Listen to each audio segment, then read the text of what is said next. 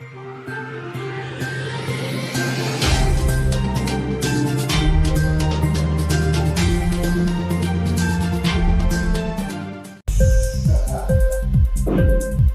TV prime time news కి స్వాగతం.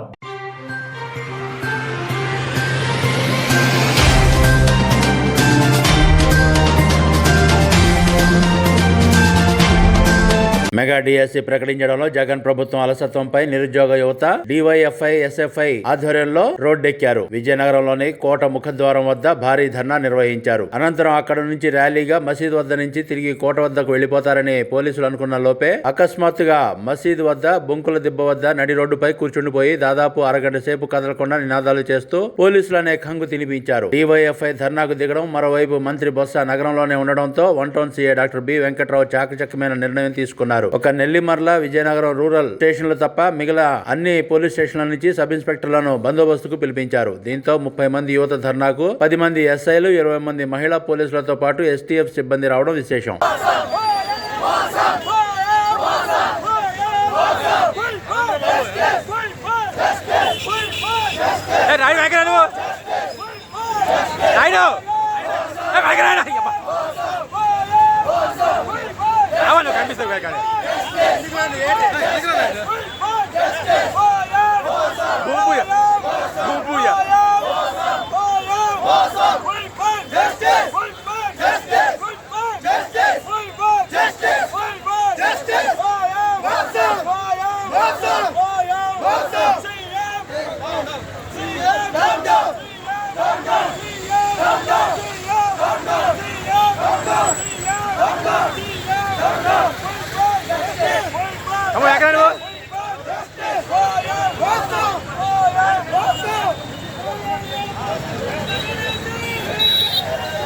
ఎక్కడికి మీరు శ్రీనివాస్ గారు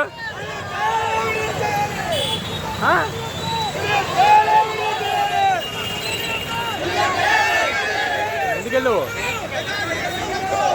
వెళ్ళాడు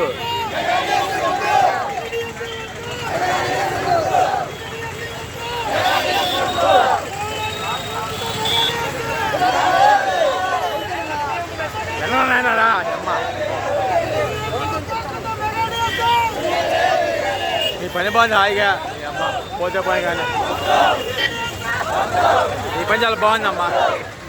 ఇంక్లాబ్ టీవీ వీడియోలు మీకు నచ్చినట్లయితే లైక్ చేయండి, షేర్ చేయండి, కమెంట్ చేయడం మర్చిపోకండి. సబ్స్క్రైబ్ చేయని వాళ్ళు వెంటనే సబ్స్క్రైబ్ చేసుకోండి. మా వీడియోలు మీరు వెంటనే చూడాలనుకుంటే కింద ఉన్న గంట సింబల్ని గట్టిగా కొట్టండి.